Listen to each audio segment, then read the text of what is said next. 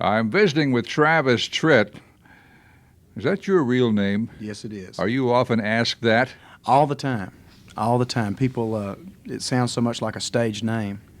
But when I first came to Warner Brothers, there was a big controversy about Randy Travis being on the same label. They tried to change the name. They thought about it for a long time, talked about a lot of different things. Oh, because your first name is Travis.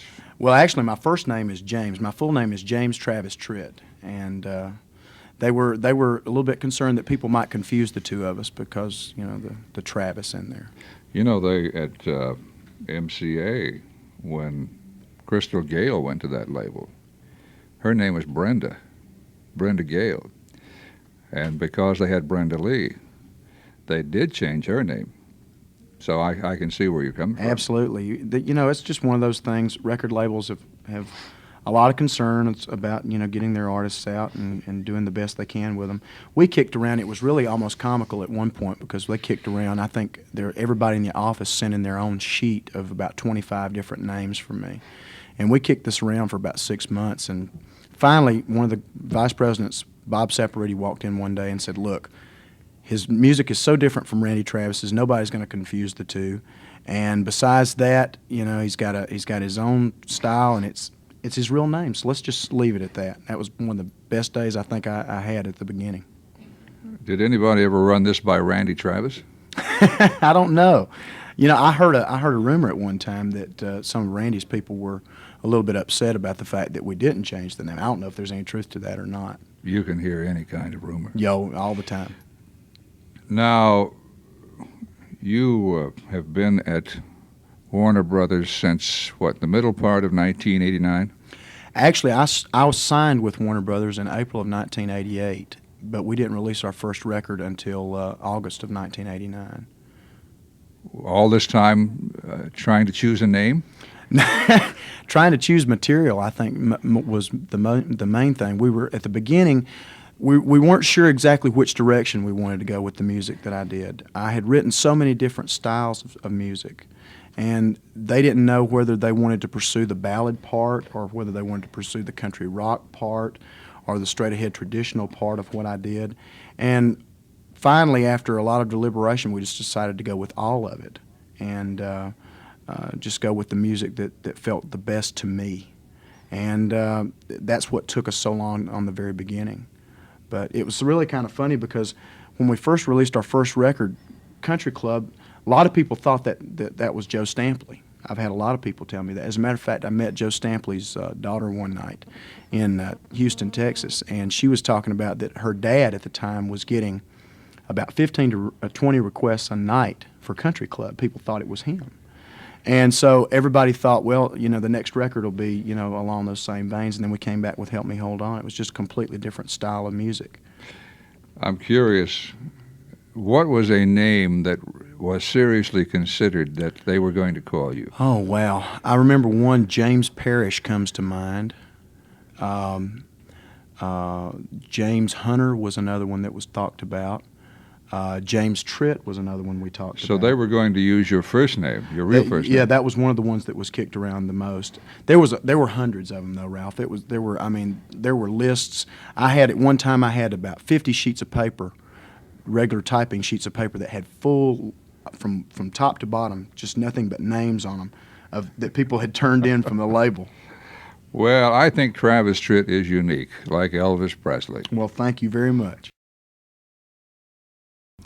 Travis, let's review your record career. You opened with Country Club in August of 1989. Yes.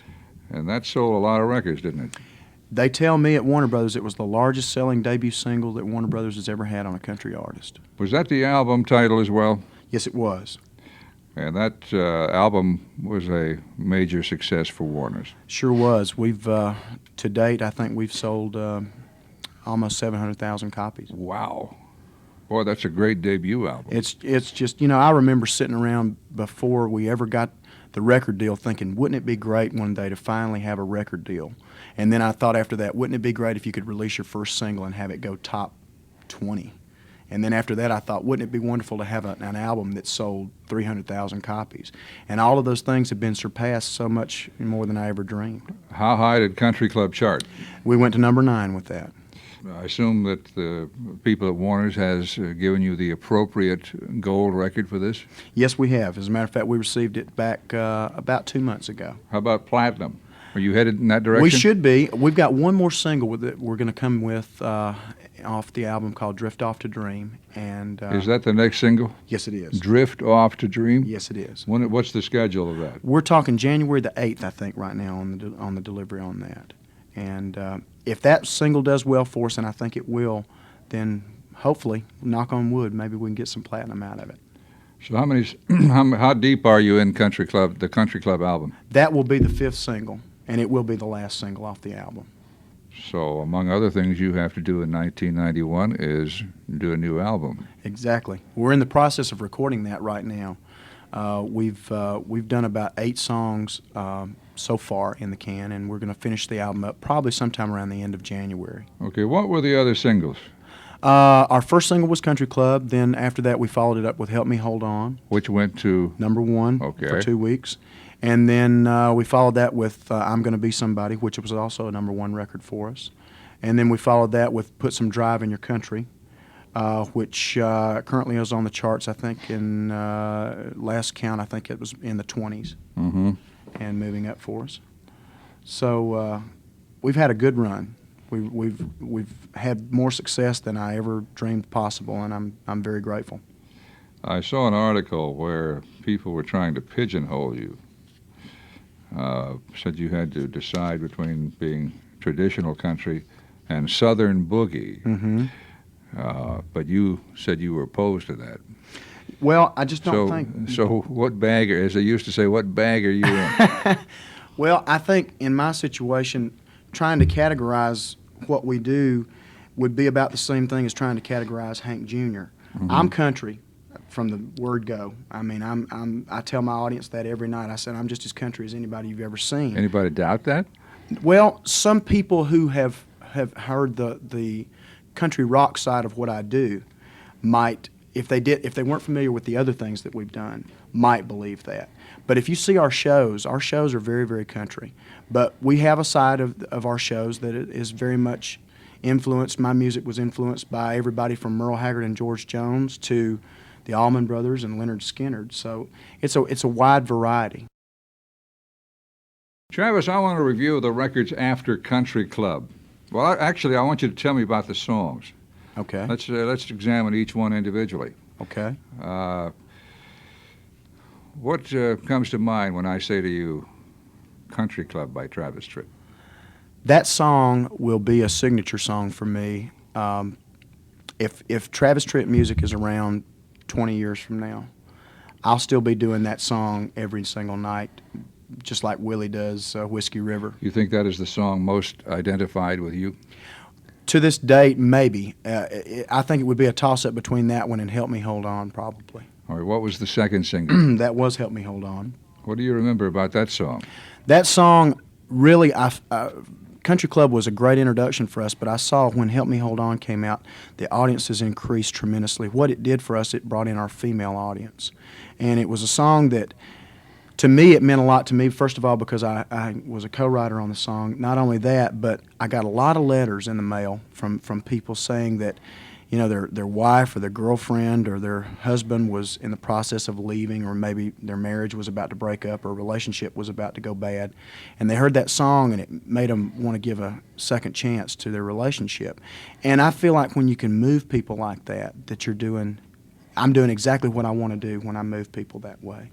And I try to do music that moves me first. I feel like if I can move myself, I can move other people. All right, following that, you had... I'm Gonna Be Somebody, which is a song that's... a lot of people think I wrote the song. I didn't. It was actually written by a couple of writers in Nashville. Stuart Harris and Jill Colucci wrote that song.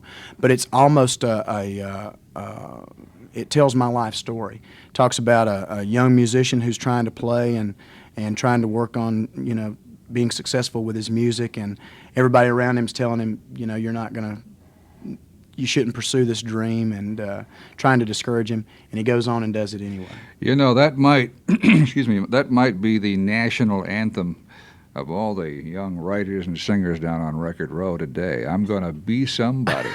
I've had a lot of people that are in the music industry especially tell me that they've sort of taken that on as their theme song.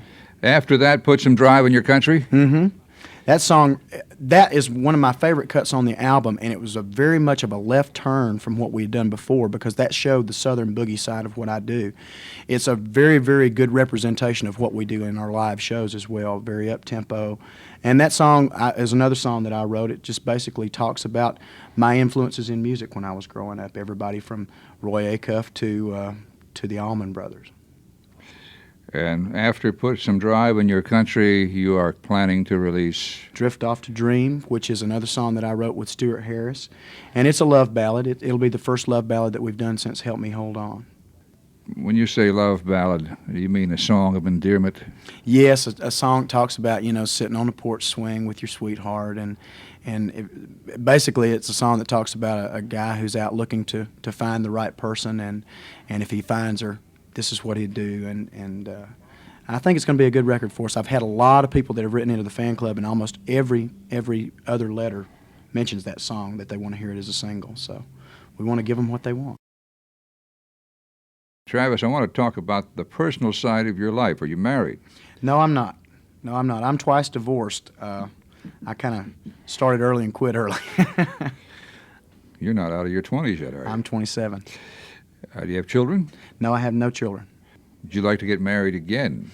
Yeah, I kid about it a lot on stage. I talk about the marriage thing, but the fact is, I think being in love and being involved with someone is probably one of the greatest things on the face of the earth.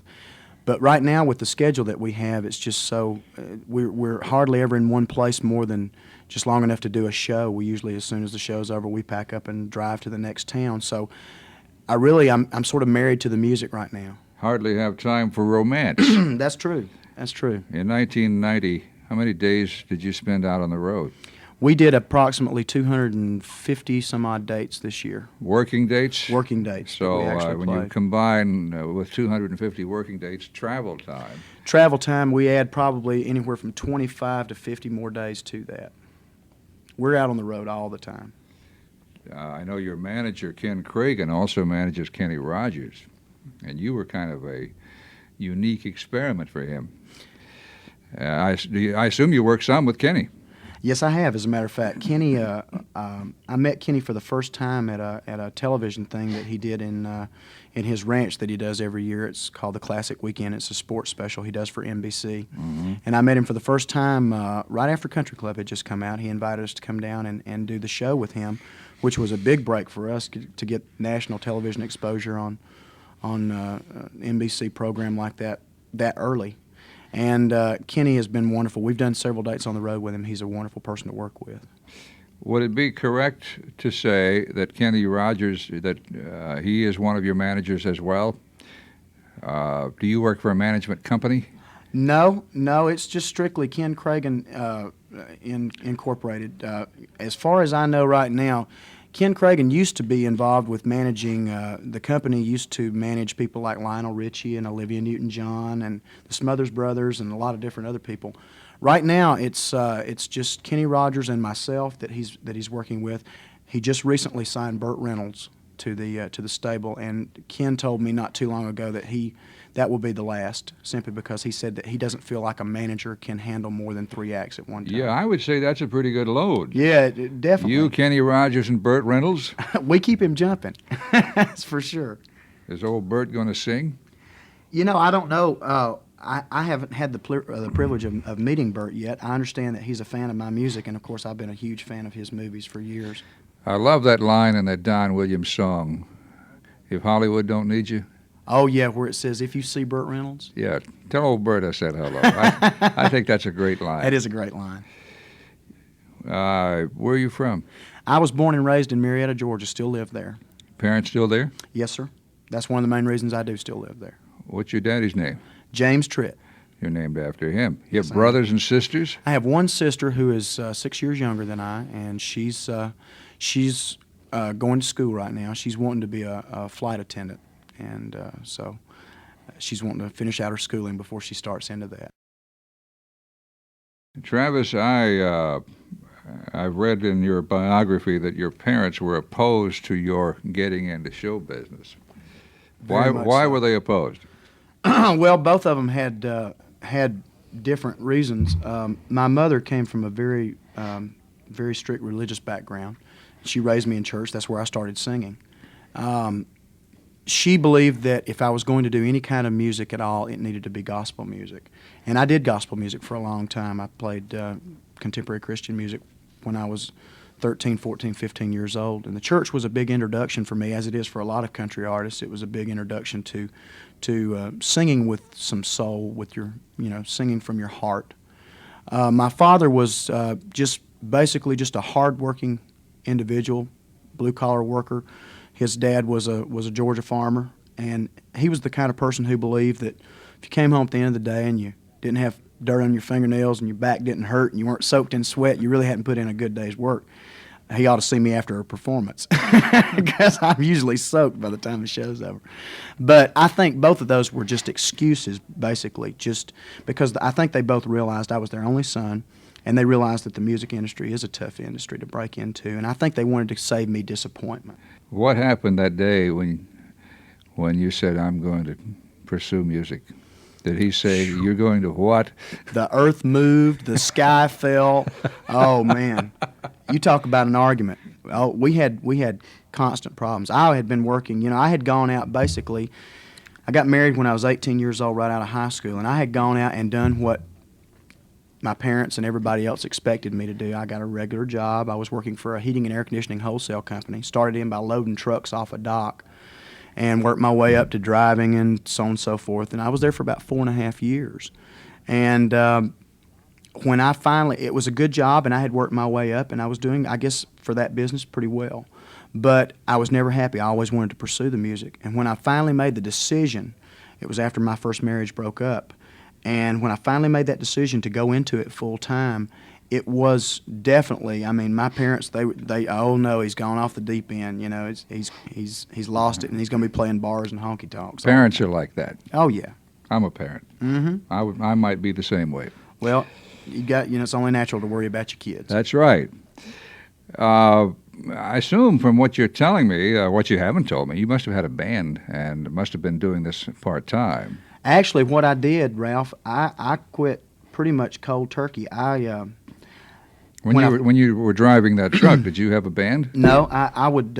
What I did, I went down to a local beer joint, I guess you'd call it, tavern in our town, not too far from where I lived, and they had a guy that was in there on a regular basis that would just play guitar and sing. And this room seated probably 75 people, something like that.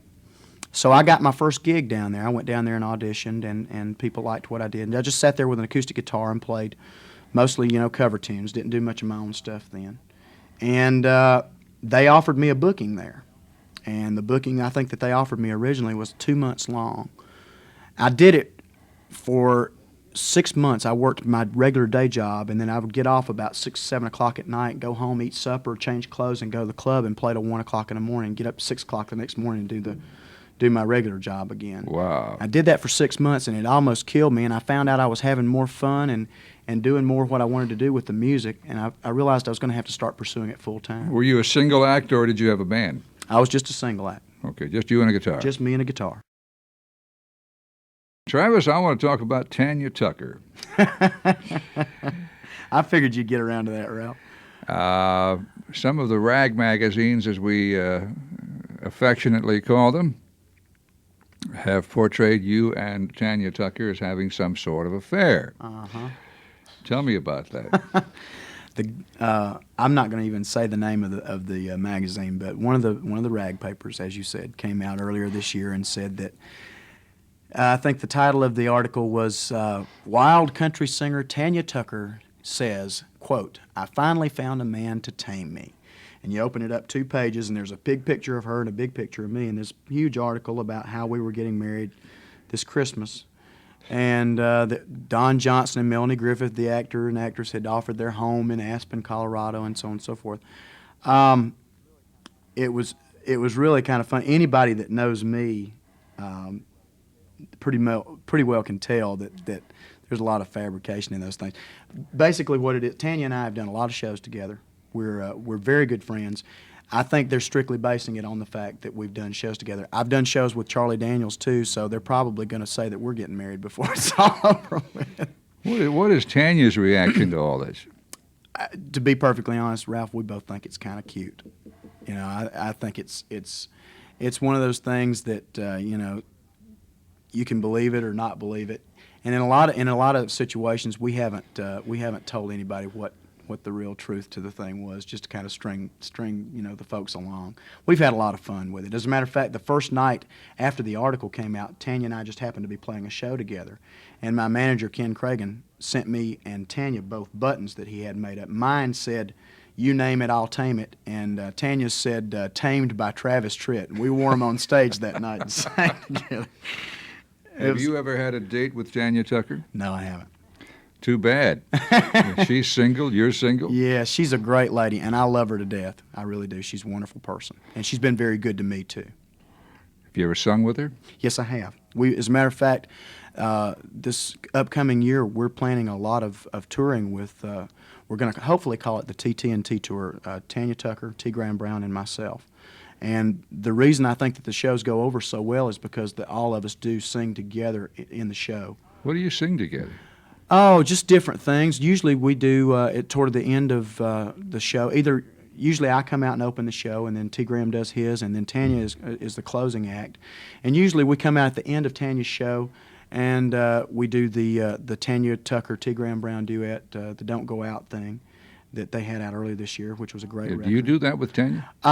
Yes, I have been doing that in T. Graham's place when he hasn't been on shows. But is there a song that all three of you sing together? We do Amazing Grace together, and we're right now, as a matter of fact, Tanya and I just talked the other night, we're trying to come up, we're working on either the possibility of writing something that we can all three do together toward the end of the show, or come up with maybe an old song that we could sort of revive for that.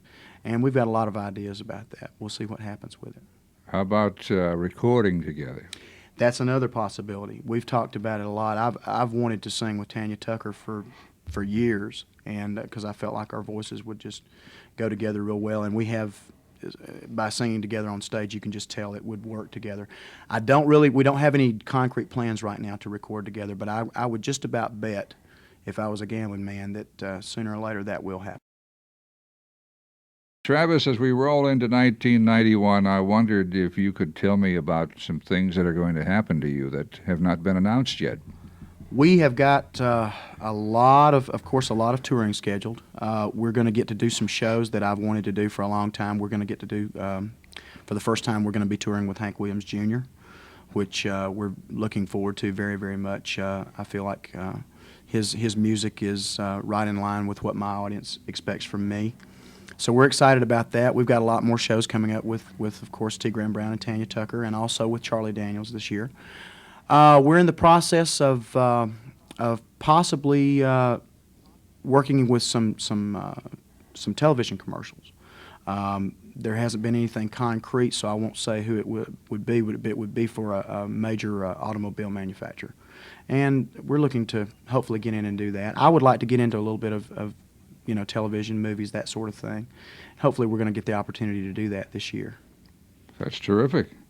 In the short space of a year and a half, when your records debuted back in the middle of 1989, how many records have you sold? We currently, to this date, I'm told we're pushing right at 700,000 copies of the album Country Club. How about singles? Singles, Country Club, the debut single, I think to date has sold about 200,000 copies of the single. Help Me Hold On, the follow-up single to that, I think is pushing 300,000 singles to this date. I don't have the figures on the other singles. Okay, that's a 500,000 singles right there. Yes, it is. You've really come a long way. Do you have a fan club? Yes, I do. As a matter of fact, my fan club is based out of Kennesaw, Georgia, just right up the street from my hometown, and we've got hundreds of members coming in weekly, and it's a wonderful thing. I'm very, very excited about it. Which honors have been bestowed upon you?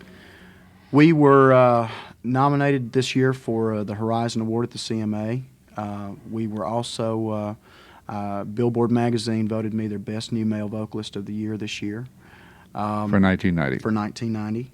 We were We were nominated for the American Jukebox Award in the Best New Artist category this year, and also nominated for the SRO Awards this year, the division of the CMA Awards, which basically involves itself with touring, management, et cetera, et cetera. We were nominated for the Best New Touring Act with Clint Black and Garth Brooks and the Kentucky Headhunters. Is that given by the promoters and bookers? Those are the people that vote, yes, sir.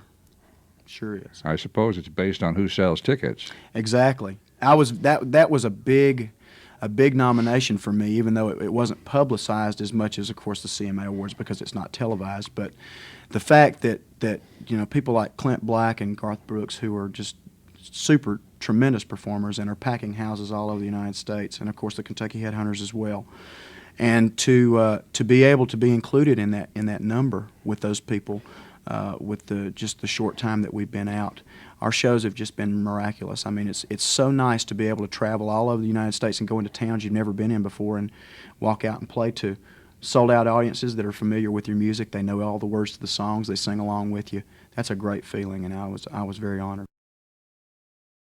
Travis, I was talking the other night with Vince Gill, who is like yourself, a rising new country music star. One of the changes in his life is that has recently occurred.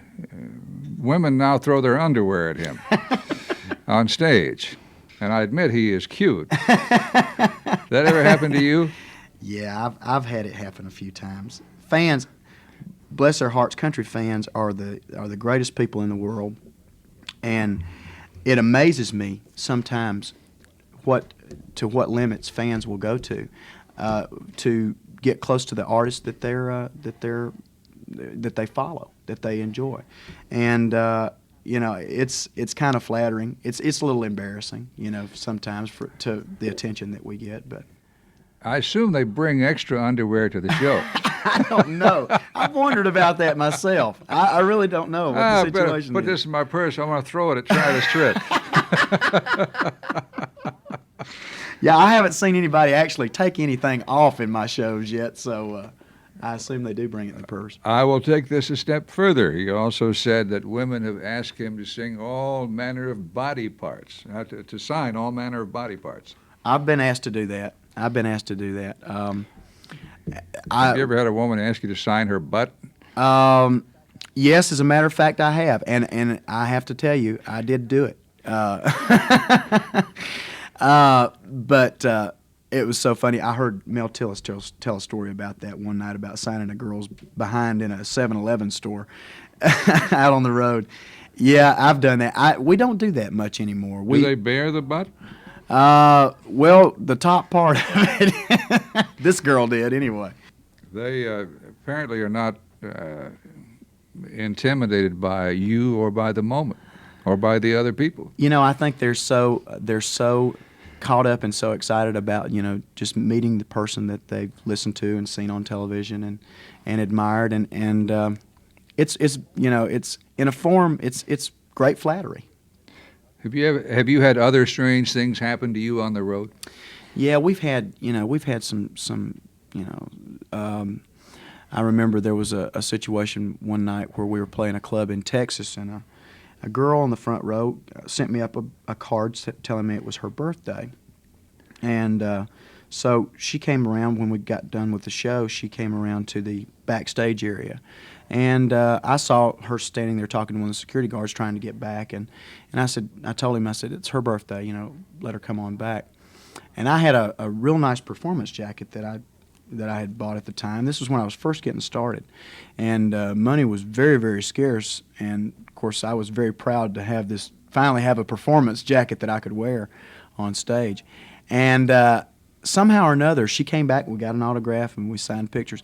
And she was so caught up in the moment, she grabbed my jacket, apparently when no one was looking, and left with it. And I missed it a few minutes later, and so they started combing the club. And she's out walking around in the crowd and got my jacket on. It was really kind of strange. They were a little bit worried that it would never turn up again. Have you had people come up on stage with you? Oh yeah, that happened. As a matter of fact, that happened just this past week. It happens occasionally. What do you do in that case? I just, we usually that's toward the end of the show when we're rocking and rolling pretty well. So are they. Yeah, exactly.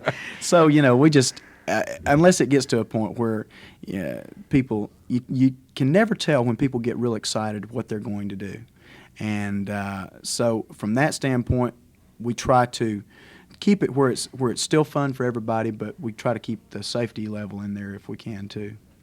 Travis, I thank you. Well, I wish you well. Thank you, Ralph. I appreciate it.